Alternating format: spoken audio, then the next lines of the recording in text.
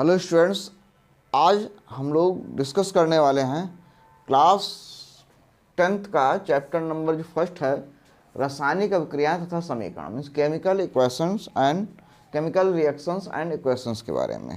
Chapter में हम लोग मुख्य रूप से होने वाले जो रासायनिक परिवर्तन हैं उनके बारे में डिस्कस करेंगे, और जो रासायनिक परिवर्तन से जो केमिकल रिएक्शंस होती हैं उन रिएक्शंस के प्रकार, कितने प्रकार की केमिकल रिएक्शन हो सकती हैं, और उन समीकरणों को किस प्रकार से हम बैलेंस कर सकते हैं। तो दो हमारे आज के मुख्य टॉपिक होंगे कि टाइप ऑफ केमिकल रिएक्शन और बैलेंसिंग ऑफ केमिकल इक्वेशंस जो है। ठीक है, तो इस चैप्टर को शुरू करने से पहले थोड़ा सा इंट्रोडक्शन देखते हैं। तो देखिए, हमारी डेली लाइफ में जो बहुत से परिवर्तन होते हैं, चेंजेस, वो दो प्रकार के होते हैं। जो हम डेली लाइफ में बहुत से परिवर्तन देखते हैं वो दो प्रकार के परिवर्तन होते हैं। एक तो फिजिकल चेंज, भौतिक परिवर्तन होता है। भौतिक परिवर्तन एक ऐसा परिवर्तन होता है जिसमें पदार्थ की अवस्था तो बदल जाएगी, लेकिन उसका रासायनिक कंपोजिशन, रासायनिक संगठन, जो केमिकल कंपोजिशन होता है वो चेंज नहीं होगा। Physical change. ठीक है, फिजिकल चेंज में क्या होगा कि भौतिक अवस्था तो बदल सकती है। जैसे एग्जाम्पल के रूप में जल ले लें। जल द्रव अवस्था में होता है, लिक्विड स्टेट में है। अगर इसको हम हीट कर दें 100 डिग्री सेल्सियस, तो ये क्या बनाएगा? स्टीम बना देता है। ठीक है, भाप बनाएगा, स्टीम। ठीक है, भाप बना देगा। अब ये जो भाप है, इसकी भाप या वाष्प कहेंगे। ठीक है, ये इसकी गैसेस स्टेट हो गई। ठीक है, तो जल से भाप बना, भाप को अगर ठंडा किया जाएगा, ठंडा करेंगे हम, तो फिर से जल बन जाएगा। तो यहाँ पर प्रोसेस दो हो रहे हैं। एक तो यहाँ पर वाष्पीकरण हो रहा है, गर्म करने पर वाष्पीकरण होगा और ठंडा करने पर कंडेंसेशन होगा, संघनन होगा। ठीक है स्टूडेंट्स, अब यहाँ पर इसको अगर हम और ठंडा करें, जल को ठंडा करें, अगर हम ठंडा करेंगे इसे, तो ठंडा करने पर हमें क्या मिलेगा? बर्फ़ बनेगी। बर्फ़ क्या है? जल की ठोस अवस्था है।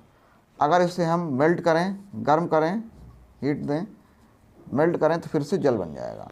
तो यहाँ पर जो प्रोसेस हो रहे हैं, इन सभी प्रोसेस में सभी का जो संगठन है, केमिकल कंपोजिशन है, वो H2 ही रहेगा। बस क्या हुआ? उनकी भौतिक अवस्था बदल गई। तो हम कह सकते हैं किसी पदार्थ का जो वाष्पीकरण किया जाए, वाष्पीकरण किया जाए, वाष्पीकरण का मतलब होता है वेपराइजेशन किया जाए, कंडेंसेशन किया जाए, संघनन किया जाए। ठीक है, संघनन किया जा रहा है या वाष्पीकरण किया जा रहा है, या हम कह सकते हैं उसको बर्फ़ में बदला जा रहा है, तो गलन किया, बर्फ़ को जल में बदला जा रहा है, गलन किया जा रहा है। तो ये ऐसे प्रोसेस हैं, यहाँ पर पदार्थ की अवस्था में परिवर्तन नहीं हुआ। पदार्थ की अवस्था में परिवर्तन नहीं हुआ, केवल क्या हुआ कि उनके भौतिक अवस्था बदल गई। ठीक है, इसी प्रकार से कपूर जो होता है, कपूर को अगर हम गर्म करते हैं या अमोनियम क्लोराइड को गर्म करते हैं तो सीधे वाष्प बन जाती है, लेकिन वाष्प को ठंडा करेंगे तो फिर से वो ठोस अवस्था में आ जाएगा। तो ये प्रोसेस होता है ऊर्ध्वपातन, सब्लिमेशन, ऊर्ध्वपातन। तो सब्लिमेशन, वाष्पीकरण, संघनन, गलन, ठीक है, ऊर्ध्वपातन, ये सब ऐसे प्रोसेस हैं जिनमें किसी प्रकार की पदार्थ के रासायनिक संगठन में कोई परिवर्तन नहीं हो रहा है। इसलिए ये परिवर्तन जो होंगे फिजिकल चेंज के अंतर्गत आएंगे, भौतिक परिवर्तन के अंतर्गत आएंगे। जो है ये सभी होने वाले परिवर्तन जो होते हैं। अब दूसरा जो परिवर्तन होगा जिसे हम बोलते हैं रासायनिक परिवर्तन, रासायनिक परिवर्तन, केमिकल चेंज, केमिकल चेंज। ये रासायनिक परिवर्तन ऐसे परिवर्तन होते हैं जिनमें प्रारंभिक पदार्थ और नए बनने वाले पदार्थ की जो भौतिक अवस्थाएं, उनका रंग, उनका टेम्परेचर, सभी चीज़ें जो होती हैं वो परिवर्तित हो जाती हैं। जैसे एक बात करते हैं हम हाइड्रोजन गैस की और क्लोरीन गैस की, दोनों की आपस में रासायनिक क्रिया हुई तो हाइड्रोजन क्लोराइड गैस बन गई। ठीक है, अब हाइड्रोजन और क्लोराइड का जो रासायनिक गुण थे, हाइड्रोजन और क्लोरीन के रासायनिक गुण थे, वो हाइड्रोजन क्लोराइड से क्या हो जाएंगे, भिन्न हो जाएंगे। तो केमिकल चेंज का मतलब होता है, रासायनिक परिवर्तन का मतलब ये होता है कि ऐसे परिवर्तन जो जिनमें पदार्थ की भौतिक अवस्था, उनका रासायनिक संगठन, भौतिक अवस्था और रासायनिक संगठन दोनों क्या हो जाते हैं, परिवर्तित हो जाते हैं। ठीक है, जिनके रासायनिक संगठन जो होते हैं मुख्य रूप से परिवर्तित हो जाते हैं, तो ऐसे परिवर्तन रासायनिक परिवर्तन कहलाते हैं। भौतिक परिवर्तन में रासायनिक संगठन परिवर्तित नहीं हुआ, यहाँ पर तीनों का सूत्र H2O रहेगा, तो भौतिक परिवर्तन। अगर यहाँ पर जो है रासायनिक संगठन परिवर्तित हो गया तो वो हो गया केमिकल चेंज हो गया। ठीक है, जैसे H2 प्लस O2 है, H2 plus O2, H2 gas है, O2 गैस है, लेकिन दोनों में इलेक्ट्रोलाइसिस किया गया, विद्युत अपघटन, इलेक्ट्रोलाइसिस किया गया, तो यहाँ पर इलेक्ट्रोलाइसिस के द्वारा हमें जो प्राप्त होगा वो वाटर प्राप्त होगा। वाटर किस अवस्था में होगा, लिक्विड स्टेट में होगा।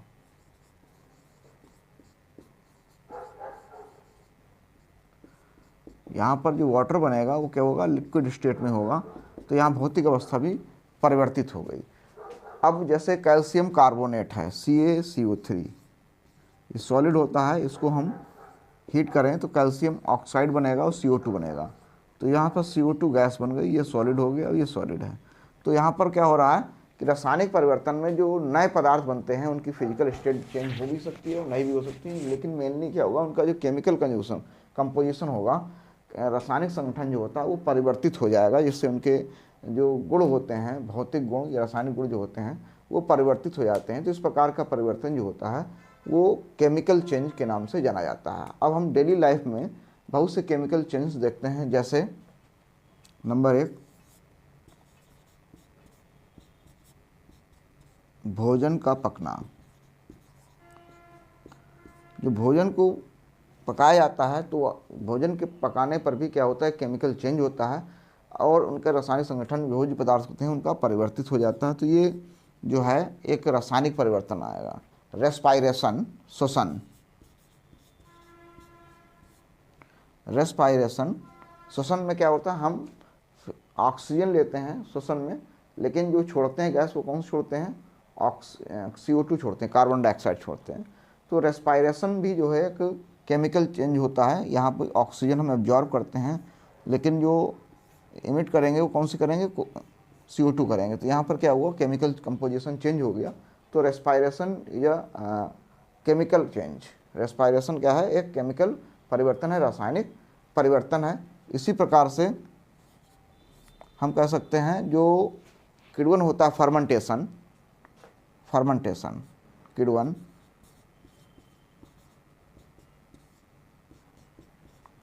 फर्मेंटेशन, जिसमें क्या होता है, दूध से दही का बनना, दूध से दही का बनना, दूध से दही का बनना। तो दूध से दही का बनना क्या हो रहा है, एक जो है केमिकल चेंज हो रहा है। दूध का रासायनिक संगठन अलग होगा, लेकिन जब दही बन जाएगा तो उसका रासायनिक संगठन परिवर्तित हो जाएगा। तो दूध से दही का बनना भी एक कह सकते हैं एक केमिकल चेंज है। स्टूडेंट्स, अब हम लोग डिस्कस करेंगे रासायनिक परिवर्तन मीन्स केमिकल चेंज के बारे में विस्तार से। तो देखिए, केमिकल चेंज हमने बताया कि वह परिवर्तन जिसमें पदार्थ का रासायनिक संगठन परिवर्तित हो जाता है, तो उसे हम बोलते हैं रासायनिक परिवर्तन।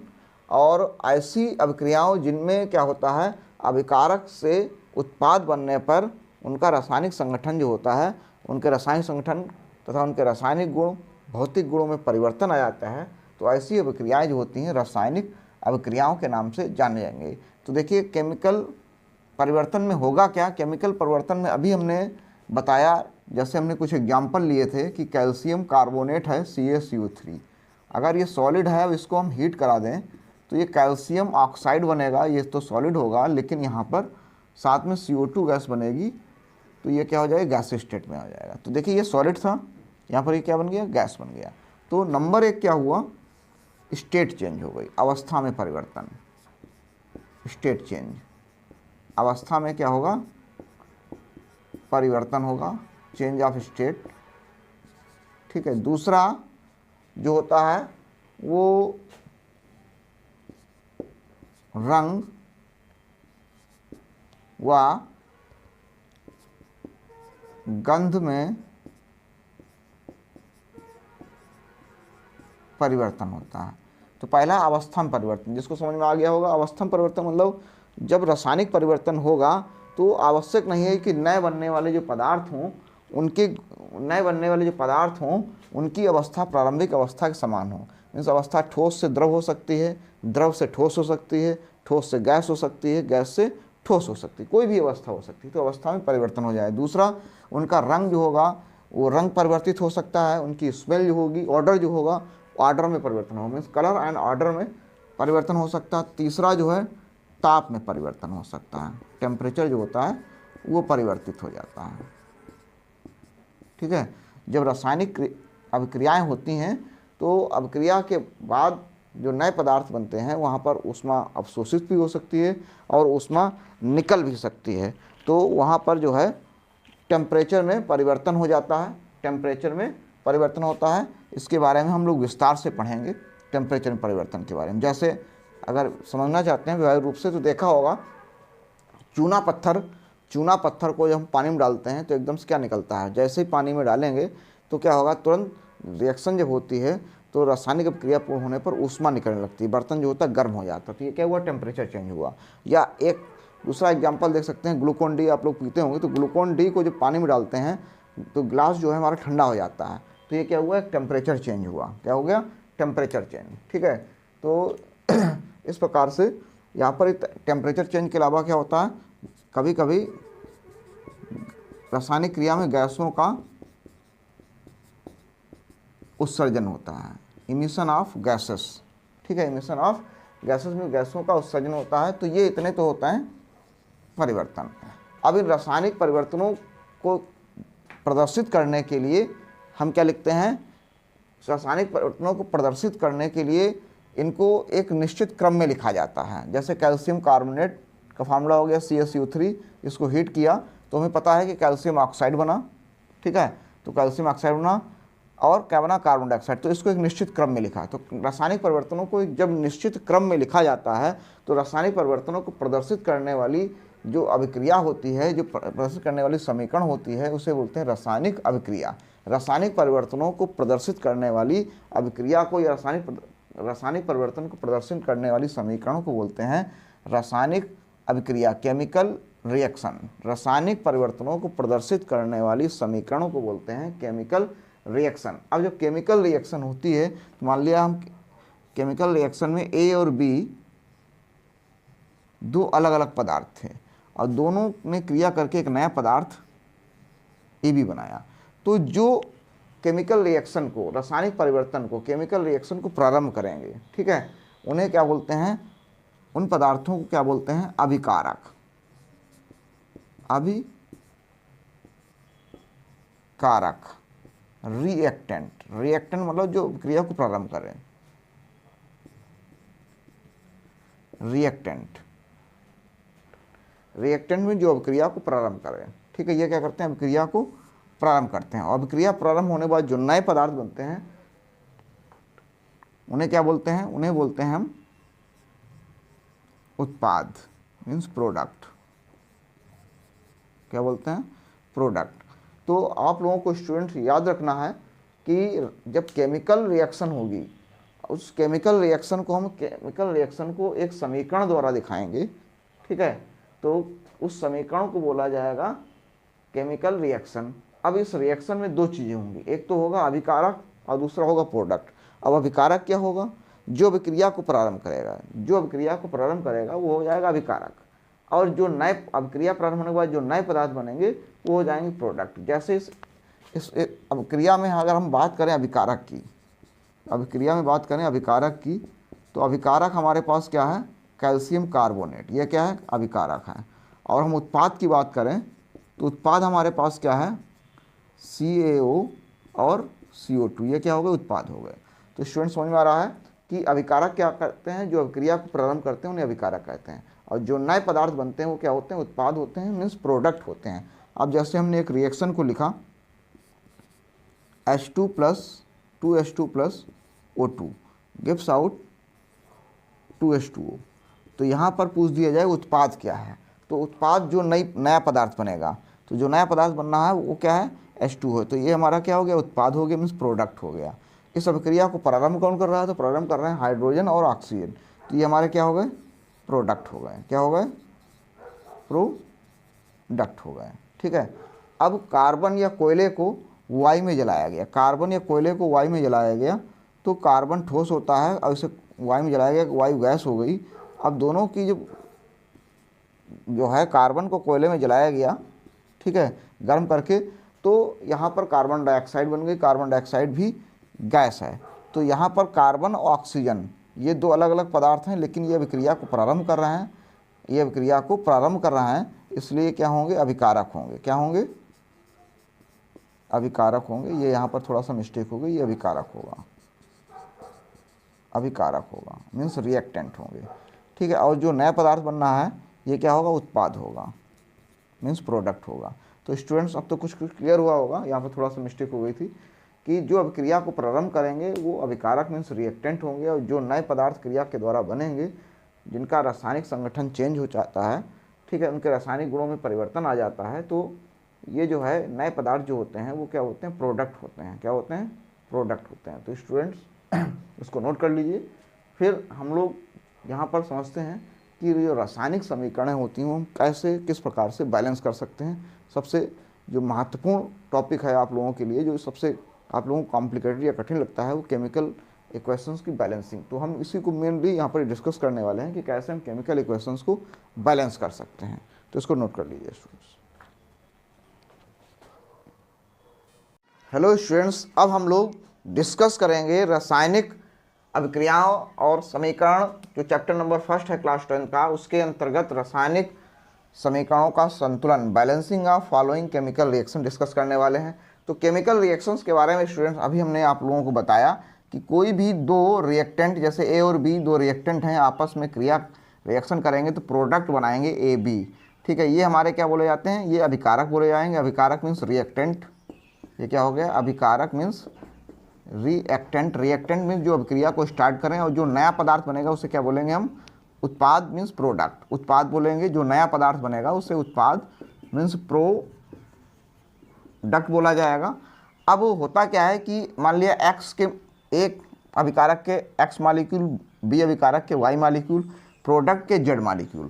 तो अगर रिएक्शन बैलेंस है हमारी, तो बैलेंस रिएक्शन में क्या होगा कि एक्स और वाई, मतलब अभिकारक ए के मालिक्यूल और वाई के मालिक्यूल की जो संख्या होगी वो उत्पाद जेड के मालिक्यूल के बराबर होगी। मतलब अभिकारक एक्स और वाई की अणुओं संख्या, अभिकारक एक्स और वाई की अणुओं संख्या उत्पाद के अणुओं की संख्या के, उत्पाद के अणुओं संख्या के बराबर होगी। उत्पाद की अणुओं संख्या कितनी, जेड है, तो जेड के बराबर होगी। यदि अभिकारक के सभी अणुओं की संख्या उत्पाद के सभी अणुओं की संख्या के बराबर है तो रिएक्शन हमारी बैलेंस होगी। बस इतना ही हमें सीखना है कि अभिकारक के अणुओं की संख्या उत्पाद के अणुओं की संख्या बराबर है या नहीं। अगर बराबर हो जाती है तो रिएक्शन हमारी बैलेंस हो जाएगी। तो जैसे हम नंबर 1 रिएक्शन उठाते हैं, Mg plus O2 gives out MgO।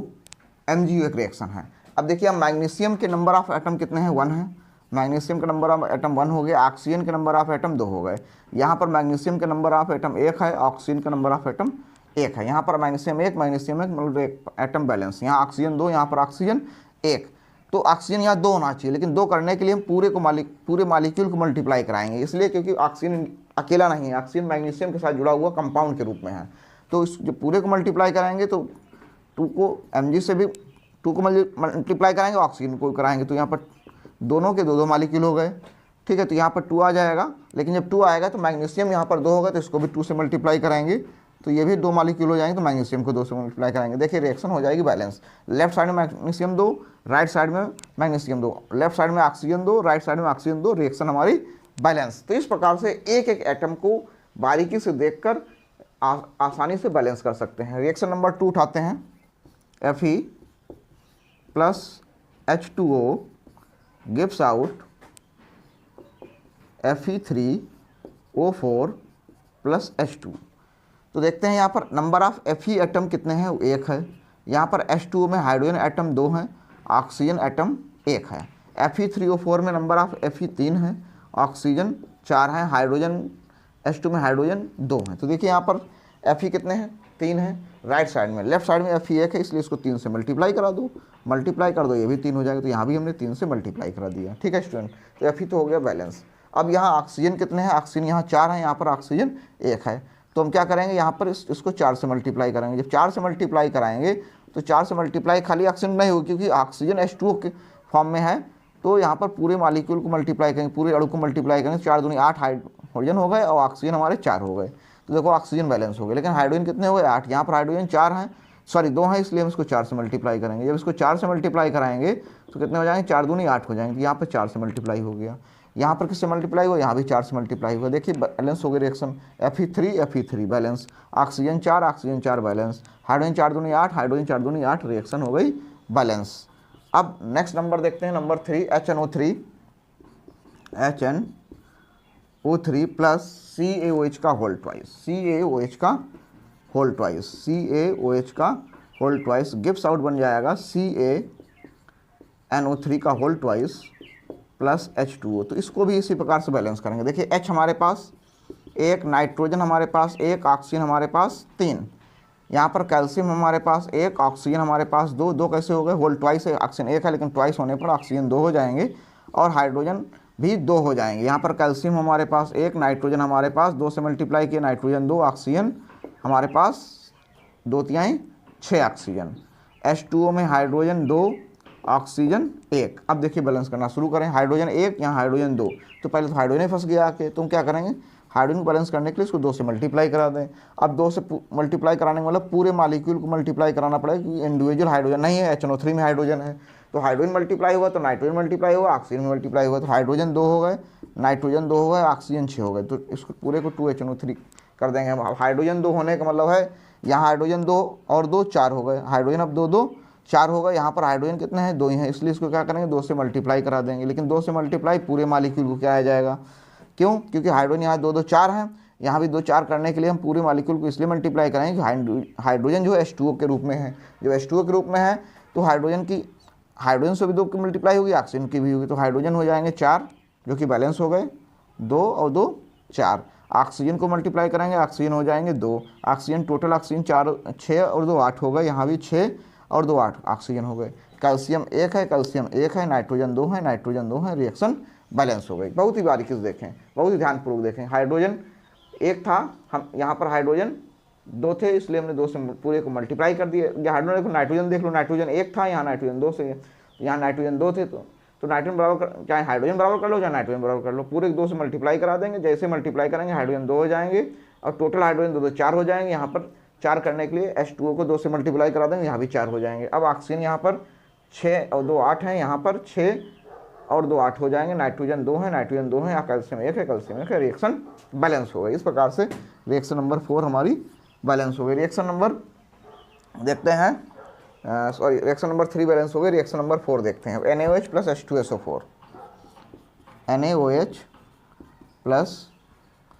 H2SO4 gives out Na2SO4 plus H2O। ये भी इसी प्रकार से बहुत ईजी वे में रिएक्शन बैलेंस हो जाएगी। देखिए NaOH में Na हमारे पास 1 है, Na 1 है, ऑक्सीजन 1 है, हाइड्रोजन 1 है। यहाँ पर H2SO4 में H2 है, सल्फर 1 है, ऑक्सीजन 4 है। H1 sulphur 1, sorry H2 sulphur 1, oxygen 4। Na2SO4, यहाँ Na2SO4 होगा तो Na 2 हो गए, सल्फर 1 हो गया, ऑक्सीजन 4 हो गए, सल्फर 1 हो गया, ऑक्सीजन 4 हो गए। अब बात करते हैं H2O में, तो H2O में हाइड्रोजन 2 है, ऑक्सीजन 1 है। तो बैलेंस करना शुरू करिए। अब देखिए यहाँ पर सोडियम 1 है, यहाँ सोडियम 2 है, तो इसको क्या करेंगे 2 से मल्टीप्लाई कराएंगे, लेकिन पूरे को मल्टीप्लाई कराना पड़ेगा क्योंकि NaOH इंडिविजुअल नहीं है, पूरे अणु के रूप में NaOH है। ठीक है, Na इंडिविजुअल ना होने के कारण NaOH के रूप में है, इसलिए पूरे मॉलिक्यूल को 2 से मल्टीप्लाई करा देंगे। तो जैसे पूरे को मल्टीप्लाई कराएंगे तो यहाँ पर सोडियम हो जाएंगे 2, ऑक्सीजन हो जाएंगे 2 और हाइड्रोजन हो जाएंगे 2। अब हाइड्रोजन 2 हो गए, सोडियम 2 हो गए और ऑक्सीजन भी 2 हो गए। अब सोडियम हमारे हो गए बैलेंस, सबसे पहले सोडियम बैलेंस हो गए।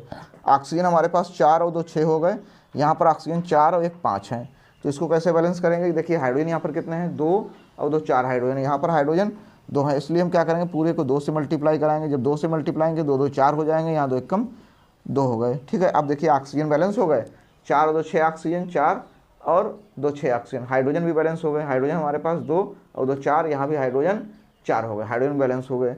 अब इसमें आते हैं सल्फर 1 है, सल्फर 1 है, तो सभी एटम्स क्या हो गए आपस में लेफ्ट और राइट बराबर हो गए, रिएक्शन बैलेंस हो गई। तो एक एक एटम को बारीकी से बैलेंस करें, बहुत आसानी से स्टूडेंट समझ में आ जाएंगी।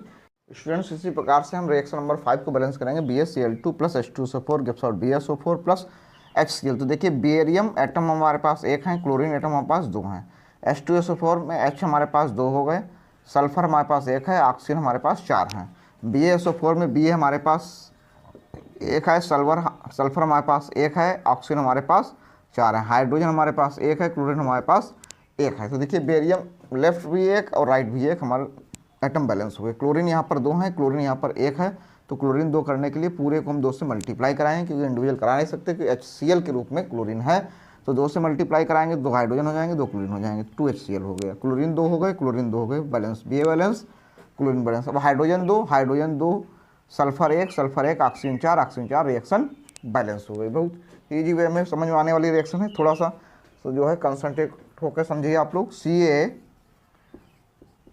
का whole twice plus CO2 gives out calcium carbonate CaCO3 plus H2O। देखिए कैल्शियम हमारे पास 1, ऑक्सीजन OH का होल ट्वाइस, इसलिए ऑक्सीजन 2 हो जाएंगे, हाइड्रोजन भी 2 हो जाएंगे, कार्बन हमारे पास 1, ऑक्सीजन हमारे पास 2। यहाँ पर कैल्शियम हमारे पास 1, कार्बन हमारे पास 1, ऑक्सीजन हमारे पास 3, हाइड्रोजन हमारे पास 2, ऑक्सीजन हमारे पास 1। कैल्शियम लेफ्ट 1, राइट 1, ऑक्सीजन हमारे पास 2 और 2 4, ऑक्सीजन 3 और 1 4, बैलेंस। हाइड्रोजन 2, कार्बन 1, मतलब लेफ्ट और राइट सभी एटम्स इक्वल हैं, इसलिए reaction balance, it is balance reaction, इसको बैलेंस करने की आवश्यकता ही नहीं है। इसके बाद आते हैं रिएक्शन नंबर 6 के बाद रिएक्शन नंबर 7 देखते हैं। 7 एक महत्वपूर्ण क्रिया है, इस प्रकार की ज़्यादातर पूछी जाती है क्रिया। Al प्लस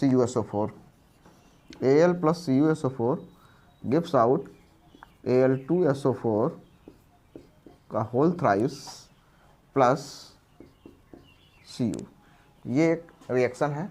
अब इसको हमें बैलेंस करना है, तो बैलेंस करने के लिए देखिए यहाँ पर Al के नंबर ऑफ एटम 1, यहाँ पर Al के नंबर ऑफ एटम 2। ठीक है, यहाँ copper number of atom 1, sulphur का नंबर ऑफ एटम 1, ऑक्सीजन का नंबर ऑफ एटम 4। यहाँ पर एल्युमिनियम के 2, सल्फर के हो गए 3 क्योंकि 3 से मल्टीप्लाई हुआ 3, और ऑक्सीजन के हो गए 4 3 12, कॉपर का 1। अब बैलेंस करेंगे, देखिए एल्युमिनियम 1, एल्युमिनियम 2, तो सबसे पहले एल्युमिनियम को 2 से मल्टीप्लाई करा दो।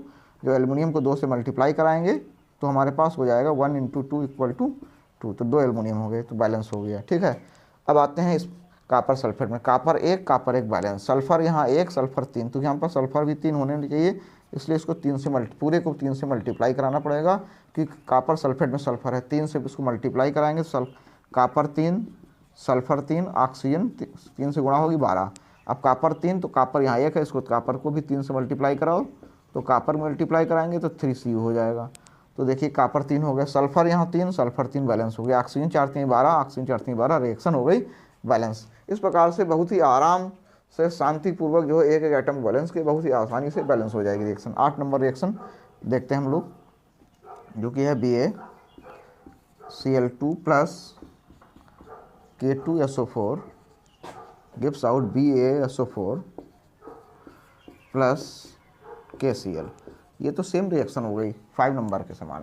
तो देख लो Ba1, ऐसे देख लेते हैं Ba1, यहाँ पर क्लोरीन 2, यहाँ पर क्लोरीन 1, तुम क्या करेंगे क्लोरीन 2 करने के लिए 2 से मल्टीप्लाई करा दो, जो क्लोरीन 2 हो जाएंगे। अब देखिए क्लोरीन 2 हो गए, chlorine be balance, be balance, chlorine 2, chlorine 2, chlorine balance. अब पोटेशियम हमारे पास 2, यहाँ भी पोटेशियम 2 हो गए, सल्फर 1 हो गया, सल्फर 1 हो गया, ऑक्सीजन 4 हो गया, ऑक्सीजन 4, रिएक्शन बैलेंस है, तो ऑटोमेटिक बैलेंस हो गई। ठीक है स्टूडेंट्स, इस प्रकार से बहुत ही आसानी से बैलेंस होने वाली रिएक्शन है, कोई कठिन रिएक्शन नहीं है। अब H2 + Cl2, ये भी बहुत आसान रिएक्शन है, प्लस HCl लिखा हुआ है, गिव्स आउट HCl, तो हाइड्रोजन 2, हाइड्रोजन 1, तो इसको क्या 2 से मल्टीप्लाई कर दो, हाइड्रोजन 2 हो गए, हाइड्रोजन 2 हो गए, क्लोरीन 2 हो गए, क्लोरीन 2 हो गए, रिएक्शन हो गई बैलेंस, है ना स्टूडेंट्स। कोई कठिन नहीं है, थोड़ा सा दिमाग खर्च करें, सब इजी वे में हो जाएंगी। इसके बाद 10 नंबर आते हैं, 10 नंबर है Mg + HCl, Mg + HCl gives out हो जाएगा MgCl2, MgCl2 + H2, ये भी बहुत आसानी से रिएक्शन देखिए बैलेंस होगी, Mg1 Mg1 बैलेंस हो गया, यहाँ पर Cl1, यहाँ पर Cl2 हो गए, तो Cl2 करने के लिए इसको 2 से मल्टीप्लाई करा दो। अब Cl यहाँ पर 2 हो गए, लेकिन हाइड्रोजन भी 2 हो गए, तो यहाँ भी हाइड्रोजन 2 है, बैलेंस हो गई रिएक्शन, तो इस प्रकार 10 नंबर बैलेंस हो गई। स्टूडेंट्स अब हम देखते हैं कि 11 नंबर रिएक्शन पोटेशियम ब्रोमाइड की बेरियम आयोडाइड से रिएक्शन हुई, तो पोटेशियम आयोडाइड बन गया, बेरियम ब्रोमाइड बन गया। तो देखिए आपको पोटेशियम कितने हैं, बहुत इजी वे में बैलेंस हो जाएगी। पोटेशियम 1 है, ब्रोमीन भी 1 है, बेरियम हमारे पास 1 है, आयोडीन हमारे पास 2 हैं। यहाँ पर पोटेशियम 1 है, आयोडीन हमारे पास 1 है, बेरियम हमारे पास 1 है, और ब्रोमीन हमारे पास 2 हैं। तो देखिए बैलेंस होगी बहुत आसानी से, कुछ करना ही नहीं है। पोटेशियम 1 बैलेंस, ब्रोमीन 1, ब्रोमीन 2 हो गए, तो ब्रोमीन 2 करना है, तो ब्रोमीन 2 करने का मतलब यहाँ भी ब्रोमीन 2 होना चाहिए, अगर राइट में 2 है तो लेफ्ट में भी ब्रोमीन के एटम 2 होना चाहिए, इसको 2 से मल्टीप्लाई कराएंगे, तो 2 से मल्टीप्लाई तो पोटेशियम भी 2 हो जाएंगे और ब्रोमीन भी 2 हो जाएंगे, तो यहाँ 2 से मल्टीप्लाई हो गया। ठीक है, अब पोटेशियम चूँकि 2 हो गए, इसलिए पोटेशियम यहाँ तो 1 ही है, तो इसको पूरे को मल्टीप्लाई कराना पड़ेगा 2 से, इसको 2 से मल्टीप्लाई कराएंगे तो पोटेशियम 2 हो जाएंगे, आयोडीन भी 2 हो जाएंगे। अब देखिए potassium 2, bromine 2, bromine 2, barium 1, iodine 2, reaction balance हो गई, कुछ करने नहीं हुआ, बहुत ही आसानी से ईजी वे में बैलेंस हो गई। इस प्रकार से आप लोग भी बैलेंस कर सकते हैं, थोड़ी सी प्रैक्टिस के साथ में, थोड़ी सी प्रैक्टिस करें और बहुत ही आसानी से रिएक्शन आप लोगों की बैलेंस हो जाएगी। अब देखिए बेरियम नाइट्रेट की KI से रिएक्शन हो रही, बेरियम नाइट्रेट की KI से रिएक्शन हो रही, और बेरियम नाइट्रेट की जब KI से रिएक्शन होगी तो बनेगा PbI2 + KNO3 बनेगा, KNO3 बनेगा। ठीक है स्टूडेंट्स, अब देखिए यहाँ पर Pb कितने हैं, बहुत इजी वे में बैलेंस होगी। Pb 1, NO ट्वाइस है इसलिए 2, ऑक्सीजन ट्वाइस है 3 दूनी 6, K1 I1, Pb 1 I2, K1 N1, oxygen 3।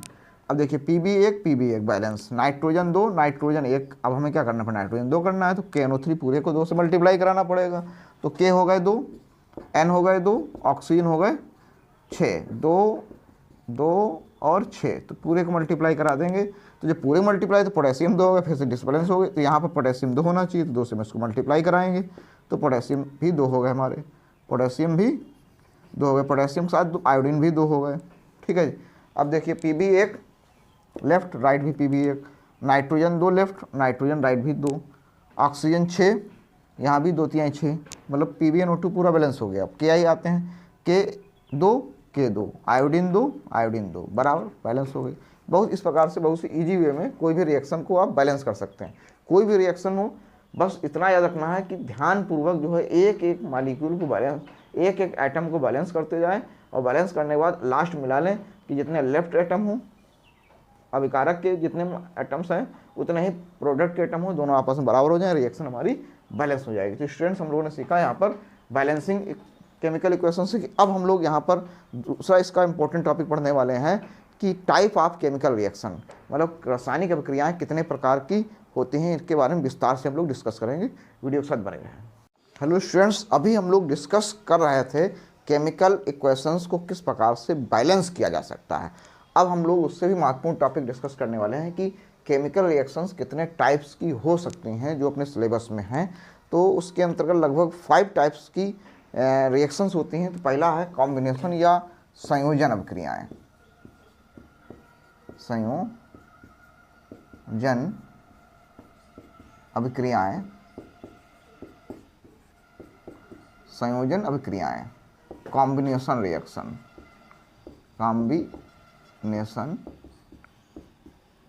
Reaction. तो कॉम्बिनेशन का मतलब ही होता है, संयोजन का मतलब होता है कि जब दो या दो से अधिक पदार्थ मिलकर एक नया पदार्थ बना दें। जैसे कोई पदार्थ ए था, एक पदार्थ ए था, दूसरा पदार्थ वाई था, बी था सॉरी, और दोनों का कॉम्बिनेशन हुआ और नया पदार्थ ए बी बन गया। ठीक है, तो ये क्या हो गया, कॉम्बिनेशन हो गया। तो कॉम्बिनेशन या संयोजन मतलब होता है जब दो या दो से अधिक पदार्थ संयुक्त होकर एक रासायनिक क्रिया के द्वारा नया उत्पाद का निर्माण कर देते हैं, या दो या दो से अधिक अभिकारक संयुक्त होकर एक नए उत्पाद का निर्माण कर देते हैं, तो उसे बोलते हैं संयोजन अभिक्रिया। ठीक है, संयोजन को हम एग्जाम्पल्स के द्वारा बेहतर तरीके से समझ सकते हैं। जैसे हमारे पास हाइड्रोजन के है और ये क्लोरीन है, हाइड्रोजन और क्लोरीन की रिएक्शन हुई और दोनों के द्वारा क्या बन गया, 2HCl बन गया। बैलेंस रिएक्शन लिखना है कि दो हाइड्रोजन दो क्लोरीन, तो यहाँ 2HCl लिखेंगे। ठीक है, ये हमारा जो है सबसे सरल एग्जाम्पल है, बहुत ही आसानी से आप लोग याद कर सकते हैं। हाइड्रोजन की क्लोरीन से रिएक्शन हुई तो हाइड्रोजन क्लोरीन रिएक्शन करेगा, हाइड्रोजन क्लोराइड बनाएंगे। ठीक है, इसी प्रकार से कोयले का दहन, दूसरा है कोयले का दहन। ठीक है, कॉम्बिनेशन ऑफ कोक कह सकते हैं। कॉम्बिनेशन ऑफ कोक में क्या होगा, कोयला कार्बन को सी से लिखेंगे, दहन होगा तो दहन के लिए क्या चाहिए, ऑक्सीजन चाहिए, तो सी और O2 रिएक्शन करेंगे तो क्या बनता है, कार्बन डाइऑक्साइड बनती है, लेकिन साथ में ऊष्मा निकलती है, हीट या ऊष्मा भी लिबरेट होती है, उत्पन्न होती है यहाँ पर। ठीक है, तो ये भी क्या हुआ, एक कॉम्बिनेशन हुआ, संयोजन हुआ। इसी प्रकार से जो जल बनता है तो जल किसका कॉम्बिनेशन होता है, हाइड्रोजन और ऑक्सीजन का। तो हाइड्रोजन की ऑक्सीजन से रिएक्शन हुई और ये रिएक्शन कैसे होती है, विद्युत की उपस्थिति में होती है। ठीक है,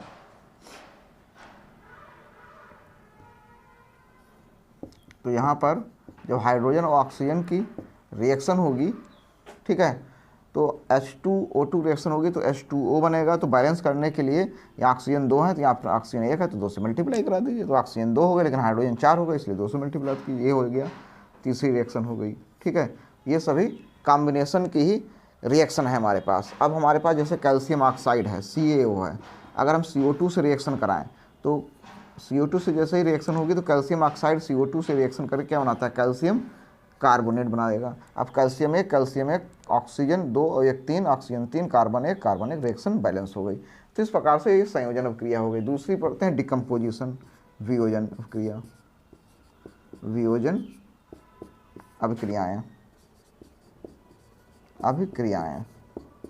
वियोजन अभिक्रियाओं में क्या होगा कि जब लिख लेते हैं डिकम्पोजिशन,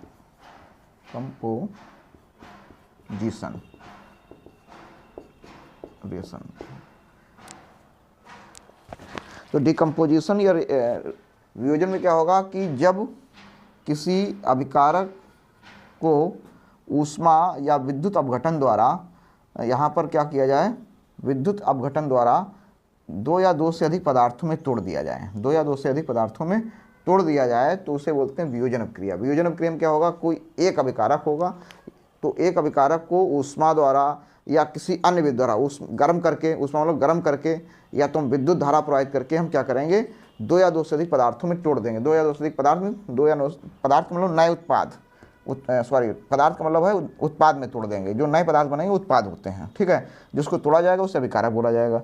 तो जब किसी अभिकारक को किसी विधि द्वारा, किसी विधि जैसे ऊष्मा, विद्युत धारा या प्रकाश द्वारा तोड़ करके, प्रकाश द्वारा दो या दो से अधिक पदार्थों में विघटित कर दिया था, तोड़ना लिखेंगे, विघटित कर दिया था, तो उसे वियोजन अभिक्रिया कहते हैं। इसको उदाहरण के द्वारा इसको भी हम समझने का प्रयास करते हैं। तो इसके लिए हम इसके अपोजिट हो जाए, कैल्शियम कार्बोनेट को लगभग जो है 1200 डिग्री सेल्सियस या लगभग 1500 केल्विन तक गर्म कर देते हैं तो ये कैल्शियम ऑक्साइड बना देता है और CO2 बना देता है। ठीक है, तो ये हमारा वियोजन का एग्जाम्पल है, इसका अपोजिट जो है। ठीक है, ये हो गया वियोजन का एग्जाम्पल। ऐसे ही H2 ये भी होता है हमारे पास, अगर है H2O है और इसको हम विद्युत अपघटन करा दें, इलेक्ट्रोलाइसिस करा दें, विद्युत अपघटन। ठीक है, तो विद्युत अपघटन कराएंगे तो यहाँ पर विद्युत अपघटन जब होगा तो यहाँ पर ये 2H2 और O2 बन जाएगा। यहाँ विद्युत संयोजन नहीं लिखा जाएगा, यहाँ पर उत्प्रेरक होता है प्लेटिनम, प्लेटिनम कैटलिस्ट की प्रेजेंस में रिएक्शन होती है। विद्युत तो यहाँ पर होगा, H2O2 ब्रेक होगा, H2 और O2 ब्रेक हो जाए, ये हमारे पास क्या हो गया, विद्युत अपघटन हो गया। ठीक है, तो इसी प्रकार से और भी कई रिएक्शन हैं, जैसे हम ले लें PbNO3, PbNO3 का होल ट्वाइस, इसे अगर हीट कर दें तो ये बन जाएगा PbO, बनता है 2PbO बनता है, प्लस 4NO2 बनता है और साथ में O2 बन जाती है। तो ये होता है विद्युत वियोजन, ये कहलाता है तुम्हारा वियोजन अपक्रिया। वियोजन अपक्रिया के प्रकार, टाइप ऑफ वियोजन रिएक्शन, ये भी डिस्कस करेंगे हम लोग साथ में ही। वियोजन अभिक्रिया के प्रकार, टाइप्स ऑफ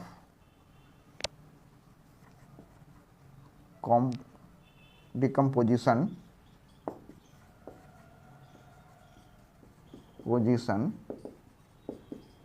रिएक्शन। तो वियोजन अभिक्रिया के प्रकार में जो देखेंगे, सबसे पहले होता यहाँ पर क्या किया हमने, ऊष्मा द्वारा किया, हीट करके, तो ऊष्मी वियोजन हो जाएगा, थर्मल डिकम्पोजिशन। ऊष्मी वियोजन, जब किसी अभिकारक को गर्म करके, ऊष्मी वियोजन लिखेंगे जब किसी अभिकारक को गर्म करके उसे 2 या 2 से अधिक पदार्थों में तोड़ा जाता है तो उसे ऊष्मी वियोजन करते हैं। When any reactant with heat then composition in two or more product to form, तो it is known as thermal decomposition, ऊष्मी वियोजन अभिक्रिया। ऊष्मी वियोजन अभिक्रिया, अब ऊष्मी वियोजन में यही एग्जाम्पल हो जाएगा हमारा, COCO3 हीट करा दो, CaO प्लस CO2, ये ऊष्मी वियोजन का फर्स्ट एग्जाम्पल। दूसरा एग्जाम्पल ये लेड नाइट्रेट, PbNO3 का whole twice gives out PbO plus यहाँ पर 2PbO होगा, 2PbO ये होगा 4NO3 NO2 प्लस O2, ये हो गया हमारा ऊष्मी वियोजन। दूसरा होता है विद्युत वियोजन, विद्युत धारा प्रवाहित करने पर विद्युत वियोजन। विद्युत वियोजन का एग्जाम्पल हो गया हमारा वाटर मॉलिक्यूल। वाटर मॉलिक्यूल में विद्युत अपघटन कराया गया, विद्युत अपघटन कराया गया, इलेक्ट्रोलाइसिस जिसे बोलते हैं, इलेक्ट्रोलाइसिस अपघटन मतलब हो गया इलेक्ट्रोलाइसिस, नीचे लिखे दे रहे हैं इलेक्ट्रोलाइसिस। तो यहाँ पर हाइड्रोजन और ऑक्सीजन डिकम्पोज हो गए, तो ये विद्युत अपघटन हो गया। तीसरा हो गया प्रकाशीय वियोजन, प्रकाशीय वियोजन, ठीक है। तो प्रकाशीय वियोजन में क्या होगा, यहाँ पर कुछ कंपाउंड ऐसे होते हैं जो प्रकाश के प्रेजेंस में सनलाइट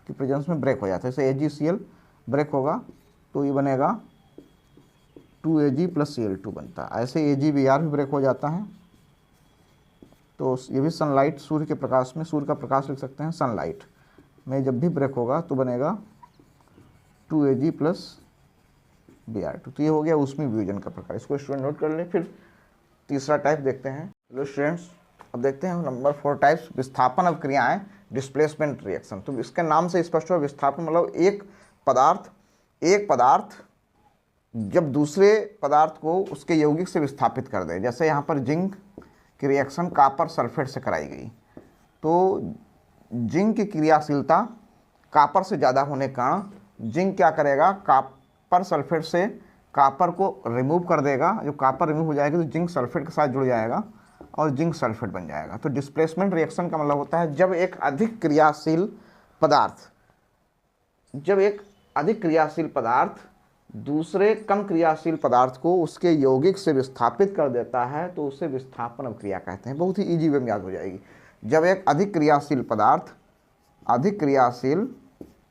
पदार्थ हाईली रिएक्टिव सब्सटेंस एक लो रिएक्टिव सब्सटेंस को उसके यौगिक से विस्थापित कर देता है, तो इस प्रकार की अभिक्रिया जो होती है डिस्प्लेसमेंट रिएक्शन के नाम से जानी जाती है। तो ये इसका हो गया एग्जाम्पल नंबर फर्स्ट। ऐसे बहुत से एग्जाम्पल हैं, जैसे Fe के साथ में Cu लिया गया तो CuSO4, तो ये तो एक प्रैक्टिकल भी है। अगर हम लोहे की कील को कॉपर सल्फेट विलयन में डिप कर दें, डुबो दें, तो लोहे की कील पर जो है तांबा जमा हो जाता है और उसका नीला रंग गायब हो जाता है। अब ये यहाँ पर FeSO4 बन जाएगा और Cu कॉपर मुक्त हो जाएगी, वो कॉपर लोहे की कील पर आके जमा हो जाएगी आके, ठीक है। ये एक एग्जाम्पल है इसका।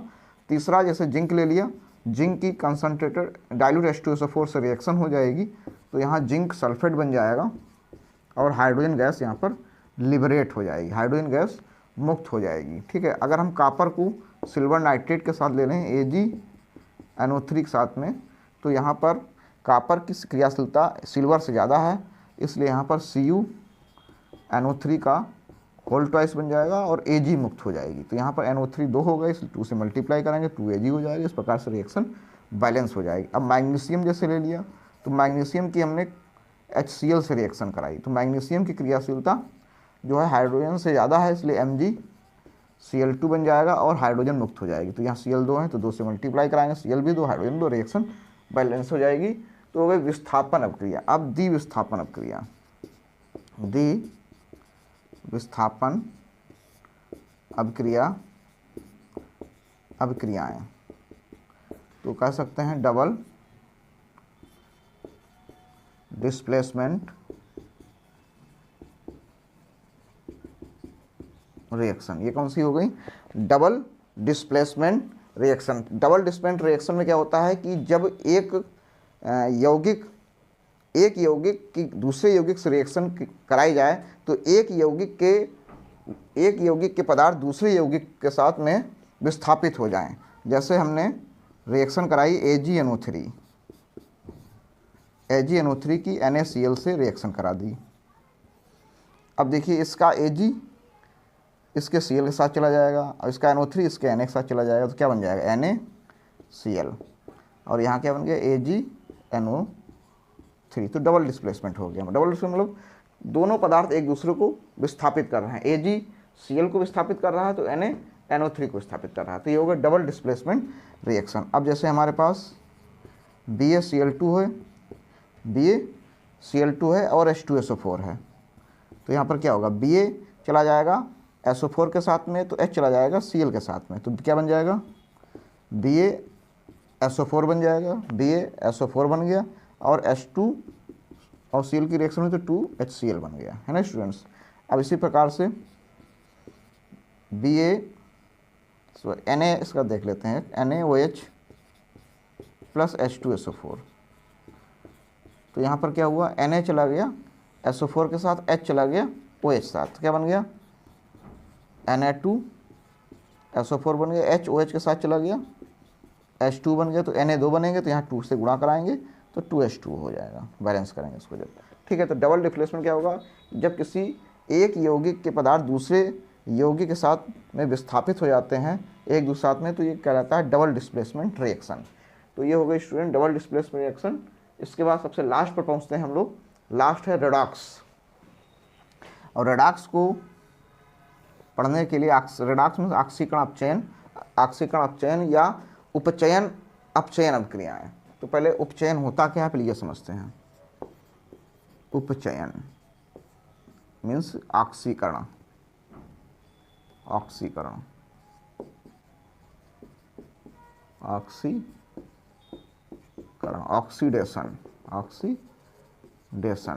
क्या होता है? जैसे ऑक्सीडेशन मीन्स होता है जब किसी पदार्थ में ऑक्सीजन परमाणुओं की संख्या बढ़ जाए या हाइड्रोजन परमाणु संख्या घट जाए।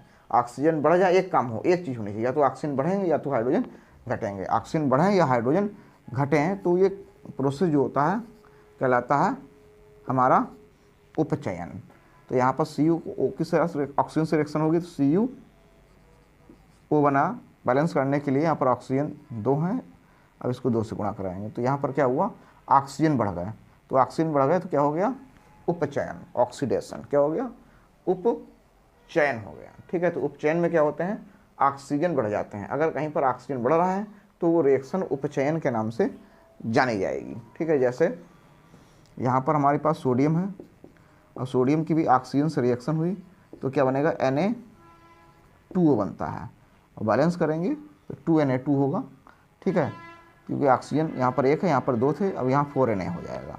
तो यहाँ पर क्या हुआ? सोडियम में क्या हुआ? ऑक्सीजन बढ़ गए, तो ये क्या हुआ? उपचयन हुआ। अब क्या होगा? अपचयन, रिडक्शन। तो रिडक्शन की क्या विशेषता है? रिडक्शन की विशेषता ये है कि यहाँ पर क्या था, उपचयन में ऑक्सीजन बढ़ेंगे, यहाँ पर ऑक्सीजन घटेंगे। यदि ऑक्सीजन हमारे घट जाते हैं तो जो प्रोसेस होगा वो उपचयन होगा। क्या होगा? उपचयन होगा। तो ऑक्सीजन घटने का मतलब है कि हमारे पास मान लिया ये CuO है और CuO की रिएक्शन हमने H2 से कराई, H2O से कराई, H2 से, तो ये क्या बन गया? Cu अलग हो गया और ये H2O अलग हो गया। तो यहाँ पर क्या हुआ? ऑक्सीजन घट गए। तो ऑक्सीजन घट गए, इसका मतलब यहाँ पर क्या हुआ? उपचयन हो गया, सॉरी अपचयन हो गया, रिडक्शन हो गया। तो रिडक्शन में क्या होता है? ऑक्सीजन हमारे जो होंगे वो घट जाएंगे। अगर ऑक्सीजन घटते हैं तो अपचयन होता है। उपचयन मीन्स ऑक्सीजन बढ़ेंगे, अपचयन मीन्स ऑक्सीजन घटेंगे। अगर ऑक्सीजन किसी भी रासायनिक क्रिया में ऑक्सीजन घट रहे हैं तो ऑक्सीजन घटने का जो प्रोसेस होगा वो हमारा क्या कहलाएगा? वो अपचयन के अंतर्गत आएगा। अपचयन मीन्स ऑक्सीजन का घट जाना। ठीक है। अब रेडॉक्स अपक्रिया क्या होती है? सबसे लास्ट देखते हैं, रेडॉक्स अपक्रिया, रेडॉक्स रिएक्शन, रेडॉक्स रिएक्शन देखते हैं। तो रेडॉक्स रिएक्शन में क्या होता है? मान लिया ये हमारे पास एक रिएक्शन हो रही है, CuO plus H2 gives out Cu plus H2O। तो देखिए यहाँ पर कापर में CuO है, Cu से ही Cu बन रहा है, तो मतलब ऑक्सीजन क्या हो रहे हैं? घट रहे हैं। तो ये क्या हो रहा है? उपचयन हो रहा है, उपचयन हो रहा है। H2 का क्या हो रहा है? H2 में हाइड्रोजन बढ़ रहा है, इसलिए इसका क्या हो रहा है? सॉरी, इसमें अपचयन हो रहा है। अगर ऑक्सीजन घटेंगे तो अपचयन होगा, बोलने में थोड़ा सा मिस्टेक हो गई। ऑक्सीजन क्या हो रहा है? घट रहा है, इसलिए अपचयन होगा। अगर हाइड्रोजन में ऑक्सीजन बढ़ रहा है तो इसलिए क्या हो रहा है? उपचयन हो रहा। ठीक है। अगर ऑक्सीजन बढ़ेंगे तो उपचयन में ऑक्सीकरण, तो ऑक्सीजन हाइड्रोजन बढ़ रहा है इसलिए इसका उपचयन हो रहा है। कॉपर ऑक्साइड में ऑक्सीजन घट रहा है, इसलिए क्या हो रहा है? अगर ऑक्सीजन घट रहा है तो उसका क्या हो रहा है? अपचयन हो रहा है। तो जब किसी रासायनिक अभिक्रिया में उपचयन और अपचयन एक साथ होते हैं, जब किसी रासायनिक अभिक्रिया में उपचयन मीन्स ऑक्सीकरण और अपचयन दोनों एक साथ होते हैं, तो उस अभिक्रिया को रेडॉक्स अभिक्रिया के नाम से जाना जाता है। तो इसको याद कर लें, समझ लें कि रेडॉक्स अभिक्रिया मीन्स क्या होता है? जब किसी रासायनिक अभिक्रिया में अपचयन और उपचयन मीन्स ऑक्सीडेशन और रिडक्शन एक साथ हो रहे हों, तो उस अभिक्रिया को बोलते हैं रेडॉक्स अभिक्रिया। जैसे कॉपर ऑक्साइड में ऑक्सीजन घट रहा है तो अपचयन हो रहा है, हाइड्रोजन में ऑक्सीजन बढ़ रहा है तो उपचयन हो रहा है, तो ये हो गई रेडॉक्स अभिक्रिया। इसको नोट कर लें। फिर हेलो स्टूडेंट्स, अभी हम रेडॉक्स अभिक्रिया पढ़ रहे थे, तो उसका हम दूसरा एग्जाम्पल देखेंगे। जिंक ऑक्साइड की कार्बन या कोक से रिएक्शन होगी, तो यहाँ पर जिंक प्राप्त होगा और साथ में कार्बन मोनोऑक्साइड गैस बनेगी। तो जिंक ऑक्साइड जिंक में परिवर्तित हो रहा है और कार्बन मोनोऑक्साइड में परिवर्तित हो रही है। तो कार्बन मोनोऑक्साइड में परिवर्तित होने का मतलब है यहाँ पर ऑक्सीजन एटम बढ़ रहा है, इसलिए ये रिएक्शन जो होगी ऑक्सीकरण या उपचयन, जिसे हम ऑक्सीडेशन भी बोलेंगे, ये ऑक्सीडेशन का प्रोसेस हो गया। और जिंक ऑक्साइड से जिंक बन रहा है, यहाँ पर ऑक्सीजन घट रहा है, इसलिए अपचयन का प्रोसेस होगा, अपचयन रिडक्शन का प्रोसेस होगा। तो जब ऑक्सीडेशन और रिडक्शन दोनों एक साथ होंगे तो दैट इज रेडॉक्स रिएक्शन हो जाएगी। ये कैसी रिएक्शन होगी? एक रेडॉक्स अपक्रिया होगी। अब इसी के अंतर्गत अपक्रियाओं के प्रकार के अंतर्गत हम लोग पढ़ेंगे ऊष्माक्षेपी अभिक्रियाएं। ऊष्माक्षेपी अभिक्रियाएं क्या होती हैं? ऊष्माक्षेपी अभिक्रियाओं का मतलब है कि ऐसी अभिक्रियाएं जिनमें ऊष्मा लिबरेट होती है, ऊष्मा उत्सर्जित होती है, एक्जोथर्मिक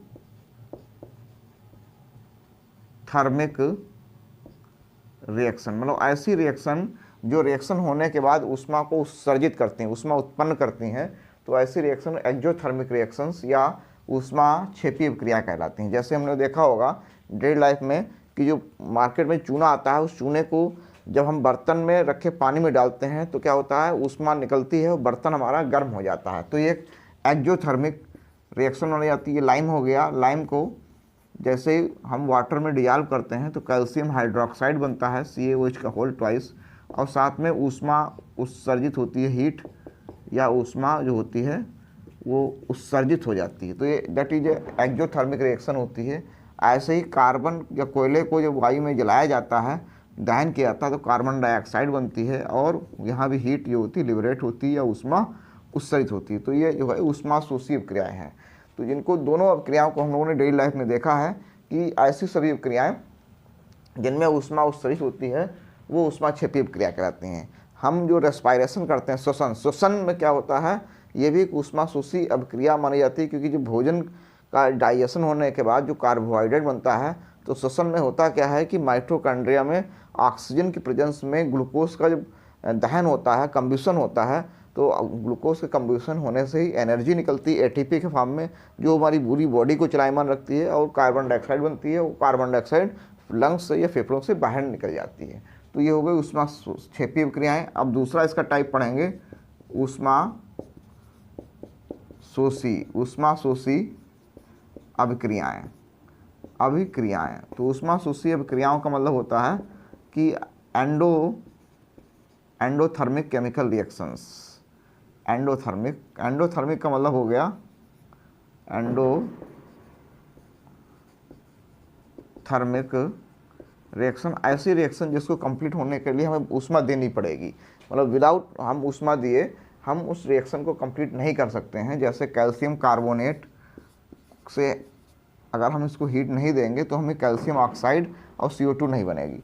तो अगर हम इसको हीट दे दें तो हीट करने पर क्या होगा, ये कैल्शियम ऑक्साइड और CO2 में ब्रेक हो जाएगा। तो ऐसी रिएक्शन जिनको कंप्लीट करने के लिए ऊष्मा की आवश्यकता होती है, वातावरण से या बाहरी सोर्स से, एक्सटर्नल सोर्स से ऊष्मा दी जाती हैं, तब वो रिएक्शन कंप्लीट होती हैं। तो ऐसी अभिक्रियाएँ ऊष्मा शोषी अभिक्रियाएँ एंडोथर्मिक रिएक्शन कहलाती हैं। एंडोथर्मिक रिएक्शन वे रासायनिक अभिक्रियाएँ जिनको पूर्ण करने के लिए ऊष्मा की बाह्य वातावरण से या बाह्य स्रोत से ऊष्मा की आवश्यकता होती है, ऐसी अभिक्रियाएँ ऊष्मा शोषी अभिक्रियाएँ होती हैं। तो ये स्टूडेंट्स हम लोगों ने पढ़ा ऊष्मा शोषी अभिक्रियाएँ, ऊष्मा क्षेपी अभिक्रियाएँ और ये रिएक्शंस के टाइप्स पढ़े। अब हम इसी के अंतर्गत अगला टॉपिक पढ़ेंगे यहीं पर संक्षारण के बारे में। संक्षारण, कोरिजन मीन्स संक्षारण। देखिए स्टूडेंट, संक्षारण क्या होता है? संक्षारण मीन्स होता है कि नष्ट होना, धीरे धीरे, सनय सनय। संक्षारण होता है कि किसी पदार्थ का सनय सनय मीन्स धीरे धीरे नष्ट होना। पदार्थ मीन्स मैटर या सब्सटेंस का सनय या कह सकते हैं धीरे धीरे नष्ट होना, ये क्या कहलाता है? संक्षारण कहलाता है। तो होता क्या है कि जो क्रियाशील मेटल्स होती हैं, अधिक क्रियाशील जो धातुएं होती हैं, जैसे आयरन है, क्रियाशील धातुएं, क्रियाशील रिएक्टिव मेटल्स, क्रियाशील धातुएं, क्रियाशील मेटल्स जैसे आयरन हो गया, कॉपर हो गया, सिल्वर हो गया। तो ये जो धातुएं होती हैं, क्रियाशील धातुएं जो हैं, इनको अगर वातावरण में खुला रख दिया जाए तो देखा गया है कि जो वायु की एयर है या नमी है, नमी मीन्स मॉइस्चर है,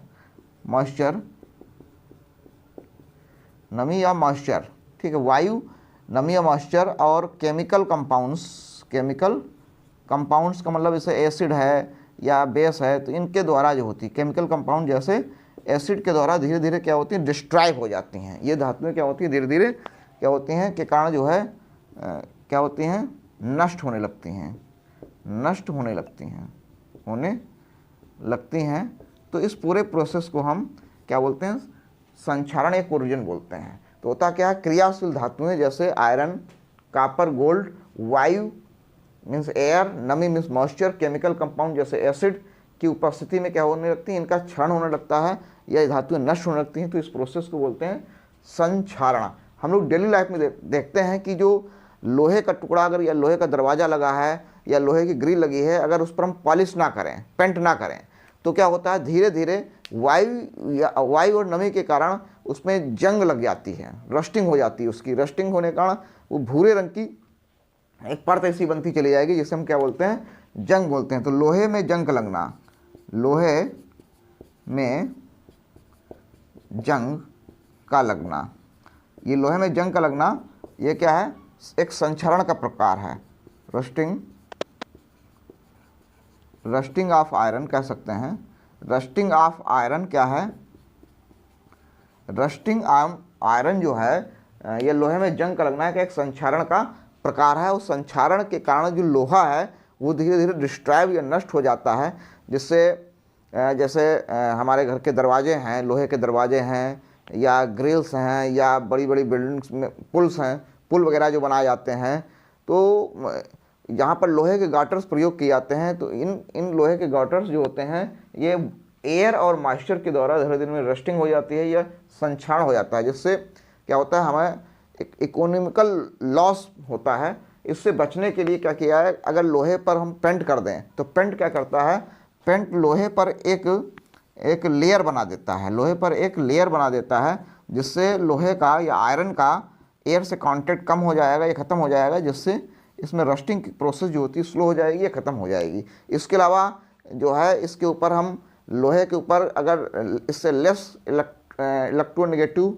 या कम लेस रिएक्टिव मेटल जैसे टिन की लेयर चढ़ा दें तो इसकी रस्टिंग रुक जाती है। जैसे मार्केट में टिन की चादर आती है, वो टिन इसलिए बोली जाती है, लोहे पर टिन की लेयर चढ़ा दी जाती है जो है जिससे लोहे का आयरन से कॉन्टैक्ट बंद हो जाता है। या इसका गैल्वनाइजेशन किया जाए, गैल्वनाइजेशन का मतलब है लोहे की चादर के ऊपर जिंक, लोहे से अधिक क्रियाशील धातु जिंक की लेयर चढ़ा दी जाती है, जिससे रस्टिंग या जंग नहीं लग पाती है, क्योंकि जिंक की क्रियाशीलता लोहे से ज़्यादा है। अगर रस्टिंग होगी तो पहले जिंक की होगी फिर आयरन की होगी, जिससे ये लोहा जो होता है अधिक समय तक सुरक्षित रहता है। तो लोहे के अलावा आयरन में भी रस्टिंग होती है, आयरन का भी संक्षारण होता है। आयरन की जो बर्तन वगैरह हमारे घर में यूज किए जाते हैं, अगर उनको अधिक समय तक नहीं यूज किया तो इनके ऊपर एक ग्रीन कलर की, हरे रंग की एक लेयर या परत जम जाती है, ये आयरन की रस्टिंग होती है। इसी प्रकार जो सिल्वर की ज्वेलरी वगैरह लेडीज पहनती हैं तो सिल्वर पर क्या हुई, ब्लैक कलर की कोटिंग हो जाती है, तो ये भी क्या है, एक सिल्वर की कोटिंग होती है। तो संक्षारण में क्या होता है कि जो भी मेटल्स होती हैं,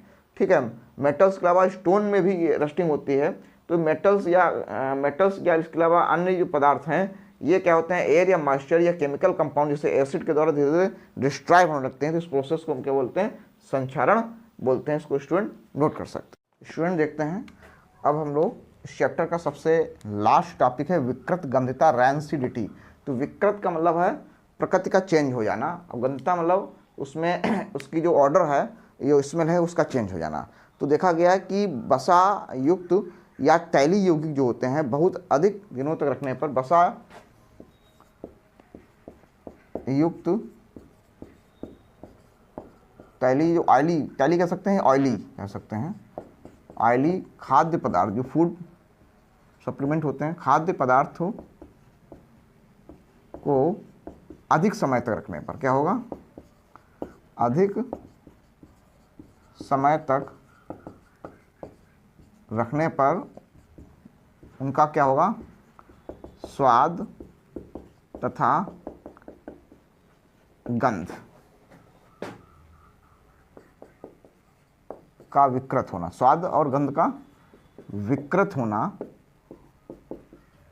ठीक है। विकृत होना मतलब कह सकते हैं उनका टेस्ट खराब हो जाए और उनकी जो स्मेल है वो भी खराब हो जाए। तो स्मेल, स्वाद और गंध का खराब हो जाना ही, विकृत हो जाना ही विकृत गंधिता कहलाता है। तो आप रैंसिडिटी का मतलब क्या होगा, कोई भी ऑयली फूड सब्सटेंस हैं तो उन पदार्थों को ज़्यादा समय तक रखेंगे तो ऑक्सीजन के कारण वो डिकम्पोज हो जाते हैं, वायु के कारण डिकम्पोज हो जाते हैं, ऑक्सीडेशन हो जाता है और उनका जो टेस्ट जो होता है, जो ऑर्डर होता है वो विकृत हो जाता है, डिस्ट्रॉय हो जाता है। तो इस प्रोसेस को बोलते हैं रैंसिडिटी। इससे हम कैसे बचा सकते हैं, पहले तो प्रति ऑक्सीकारक पदार्थ यूज किए जाएं, प्रति ऑक्सीकारक पदार्थ मतलब ऐसे पदार्थ यूज किए जाएं, एंटीऑक्सीडेंट पदार्थ यूज किए जाएं। दूसरा कह सकते हैं कि पदार्थों को वायु रहित कंटेनर में रखा जाए, बर्तन या कंटेनर में रखा जाए, ऐसे पदार्थ में रखा जाए, कंटेनर में रखा जाए जहाँ पर एयर का कांटेक्ट ना हो, एयर कांटेक्ट बंद हो जाए तो वायु से कांटेक्ट बंद होने से वो पदार्थ जो होंगे वो विकृत नहीं होंगे। तीसरा, इसी में देखा होगा कि जो पैकेजिंग की जो पॉलीथीन आती हैं जिनमें चिप्स या इस प्रकार से और खाने वाले, बच्चों को खाने वाले आइटम्स आते हैं, तो उनकी जो पैकेजिंग की जाती है उन पैकेजिंग में ऑक्सीजन के बजाय नाइट्रोजन का यूज किया जाता है, ऑक्सीजन के स्थान पर निष्क्रिय इनर्ट गैसेस होती हैं, इनर्ट गैसेस जैसे नाइट्रोजन है, आर्गन का प्रयोग किया जाए। ठीक है, तो इस प्रकार से हम पैकेजिंग में जो चिप्स वगैरह होती हैं उनके पैकेट्स में ऑक्सीजन के स्थान पर nitrogen, argon, inert gases use की जाती हैं, जिससे क्या होता है कि ऑक्सीजन ना होने के कारण ये पदार्थ जो होते हैं वो ऑक्सीडाइज नहीं होते हैं, उनका स्मेल और कह सकते हैं ऑर्डर या टेस्ट जो है ख़राब नहीं होता है। तो ये इस प्रकार से हम उनको विकृत गंधता से बचा सकते हैं, रैंसिडिटी से बचा सकते हैं। अगर स्टूडेंट वीडियो अच्छा लगा हो तो अपने साथी स्टूडेंट्स को ज़्यादा से ज़्यादा शेयर करें, जिससे हमें प्रोत्साहन मिलता रहे। और वीडियो को पूरा देखने के बाद कमेंट्स करके बताएं स्टूडेंट्स आप लोगों को वीडियो कैसा लगा। Thank you.